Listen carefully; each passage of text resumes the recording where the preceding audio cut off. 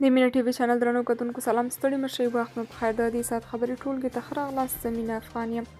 خلیلزاد وایي د نجونو پر مخ د ښوونځیو پرانیستلو نیټه معلومه شي. د افغان سولې په چارو کې د امریکا مخکني استازي زلمي خلیلزاد ویلي د افغانستان سرپرست حکومت باید په نږدې راتلونکي کې د ښځو او نجونو د ښوونځیو او پوهنتونونو د بیا پرانیستو نیټه معلومه کړي.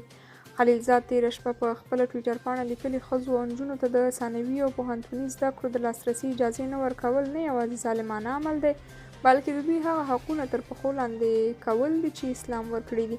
د یادونې وړ ده چې خلیلزاد به تل ویل طالبان بدل شوي او اشرف غني باید دا واقعیت ومني او له واک څخه لرې شي. بلینکن وایي امریکا هڅه کوي د طالبانو له بند څخه څو امریکایان آزاد کړي. د متحده ایالتونو د بهرنیو چارو وزیر انتوني بلینکن د پنجشنبې په ورځ د مارچ په 23 د بري 3 وویل چې امریکا هڅه کوي تر څو د طالبانو لخوا نیول شوي څو امریکایان خوشي شي او 44 نور امریکایان چې غواړي له افغانستان څخه ووځي له هغه هیواد څخه وباسي. ښاغلي بلینکن له افغانستان څخه د امریکایي ځواکونو د ګډو وډیو وتلو په اړه د امریکا کانګرس ته د معلوماتو ورکولو په ترڅ کې وویل چې طالب چارواکو څو امریکایان توقیف کړي دي. د متحده ایالتونو د بهرنیو چارو وزیر وویل چې موږ د دوی د ازادۍ د خوندي کولو لپاره کار کوو. د دوی کورنیو له موږ څخه غوښتنه کړې چې د هغوی هویت وساتو او د دوی د قضیې په اړه په علني توګه خبرې ونه کړو. بلینکن وویل چې د امریکا د بهرنیو چارو وزارت له افغانستان څخه د 915 امریکایي اتباعو د وتلو زمینه برابره کړې او شاوخوا 115 کسان یې چې وایي د امریکا تابعیت لري په افغانستان کې پاتې دي چې ځینې یې د طالبانو له واکمنۍ وروسته دغه هیواد ته تللي دي. سیلابونو په بلخ کې لسګونه کورونه ویجاړ کړي دي. د بلخ ولایت په زارې ولسوالۍ کې وروستي سیلابونو سلګونه کورونه او زرګونه جریبه کرنیزې ځمکې ویجاړې کړي دي. د یاد ولایت د امنیه قومندانۍ ویاند محمد آصف وزیري وایي چې تېره ورځ مازدیګر مهال 15:30 د زارې ولسوالۍ په ډېری سیمو کې سیلابونه راوتلي چې له امله یې 300 کورونه او له 3000 جریبه ډېرې کرنیزې ځمکې له منځه تللي دي. هغه زیاته کړه سیلابونو ګڼ شمېر څاروي هم له منځه وړي خو د خلکو د مرګ ژوبلې په اړه تر اوسه معلومات نه لري. نوموړي وویل امنیتي کسان د خلکو ژغورلو په موخه سیمې ته رسېدلي. پاکستان د کورنیو چارو وزارت پر عدالتونو د برید او ورانکارۍ پر تور د پخواني وزیر اعظم عمران خان او د تحریک انصاف د کارکوونکو پر ضد د مقدمو د پلټلو لپاره د ګډ تحقیقاتي ټیم جوړولو اعلان کړی دی.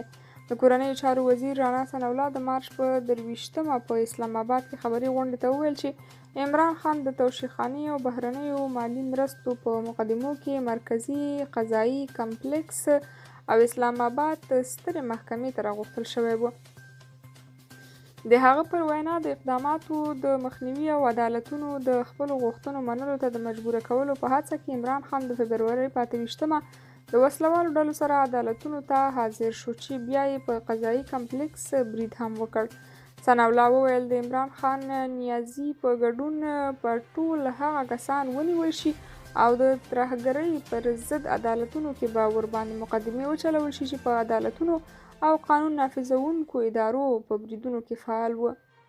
امریکایي جنرال وایي په افغانستان کې نږدې 2250 داعش وسلوال شته. د متحده ایالتونو د مرکزي قومندانۍ سنټکام عمومي قومندان جنرال مایکل کوریلا وایي د تیر کال په پرتله په افغانستان کې د داعش وسلوالو شمیر زیات شوی دی.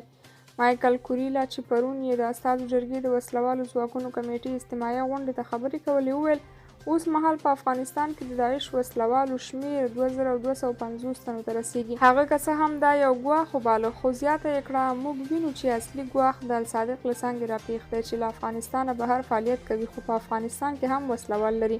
تاسو پوهیږئ چې داعش او طالبان د یو بل سره جګړه کوي او طالبان له داعش سره په جګړه کې یو خونداره ډله ده خو دوی د هغو هدفونو د څارلو لپاره استخباراتي ظرفیت نه لري چې موږ یې په اړه خبرې کوو.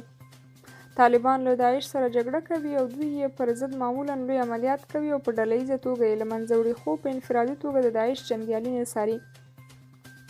د ملګرو ملتونو د امنیت شورا کارپوهانو الصادق دفتر د داعش ډلې لپاره د سیمه ییز وصل لپاره د یوې کړۍ په توګه پیژندلی چې هم په افغانستان کې د داعش خراسان څانګې سره کار کوي او هم د داعش په استازولۍ په مرکزي او جنوبي اسیا کې خپل سیمه ییز فعالیت ته مخ ته وړي. کاناډا 345 نور افغانان هغه هیواد ته لیږدولي. د کاناډا حکومت د کډوالۍ او تابعیت ورکولو ادارې د افغان کډوالو د تخلیه بهیر د دوام خبر ورکړی دی. ویلي دي چې تېره ورځ یې 345 افغان کډوال هغه هیواد ته انتقال کړي دي. دغې ادارې ویلي چې دغه افغان کډوال د پنجشنبې په ورځ کاناډا ته رسېدلي او ټاکل شوي هغوی د دغه هیواد په 10 بېلابېلو ټولنو له هغې جملې اوتاوا او ټورنټو ښارونو کې ځای پر ځای شي. یاد هیواد چې دغه افغان کډوال یې له کوم هیواد څخه انتقال کړي دي په دې اړه نور معلومات نه دي ورکړي، خو په تېرو شاوخوا 19 میاشتو کې زیات شمېر افغان کډوال له پاکستان او تاجکستان څخه هغه هیواد ته انتقال شوي دي. د کاناډا د کډوالۍ او تابعیت ورکولو ادارې همدارنګه زیاته کړې چې له افغانستان څخه د افغان کډوال د تخلیې د بهیر له پیل څخه بیا تر دا مهاله یې څه باندې 29,000 افغانان هغه هیواد ته انتقال کړي دي. شمالي کوریا تر اوبو لاندې اټومي ډرون وسله ازمایلې ده. شمالي کوریا ادعا کړې چې تر اوبو لاندې یوه بې پیلوټ الوتکه یا ډرون ازمویلې چې د راډیو اکټیف سونامي رامنځته کولی شي. د شمالي کوریا دولتي خبري اژانس وایي د سویلي ولایت هامیونګ په اوبو کې د پټو وسلو یوه بله ازموینه ترسره شوه. نوموړې رسنۍ زیاتوي ازمویل شوی بې پیلوټه الوتکې له 80 تر 150 متره ژور د اوبو په تل کې اوږد سفر وکړ. دې وسلې له 59 ساعتونو زیات وخت یې تر اوبو لاندې یون وکړ او په پای کې د شمالي کوریا ختیځ ساحل کې یې چاودنه وکړه. شنونکي او کارپوهانو د دې نوې وسلې پر وړتیا او د شمالي کوریا لخوا شوې ادعا باندې شک کړی او په منلو کې د احتیاط غوښتنه کړې ده. د شمالي کوریا دولتي خبري اژانس وایي چې دا وسله هایل نومیږي او کوریایي ژبه کې د سونامي معنا لري. یو شمېر کابل ښاریان وایي د روژې پر رارسېدو د خوراکي توکو بیې لوړې شوي، په داسې حال کې چې د طالبانو د حکومت د کابل ښاروالۍ مسؤلین وایي د لومړنیو خوراکي توکو پر بیو څار لري، خو د پلازمینې یو شمېر اوسیدونکي وایي د روژې د میاشتې پر رارسېدو د لومړنیو خوراکي توکو بیې د پخوا په پرتله لا لوړې شوي دي. د کابل ښار یو اوسیدونکی ضیاء الله وایي د روژې په میاشت کې د لومړنیو خوراکي توکو بیې خورا لوړې شوي دي. د په خبره د طالبانو د حکومت تر کنټرول لاندې کابل ښاروالۍ په نرخنامې او بازار سم څار نه درلوده. د دې لامل شوي دي چې هر دوکاندار په خپل سر اجناس وپلوري. بریالی د کابل ښار بل اوسیدونکی دی. هغه وایي د روژې د راتګ سره په بازارونو کې احتکار حاکم شوی. درنو کتونکو د دې ساعت خبرې ټولګه تر همدې ځایه او تر بیا بلې ټولګې د خدای په امان ښې چارې ولرئ.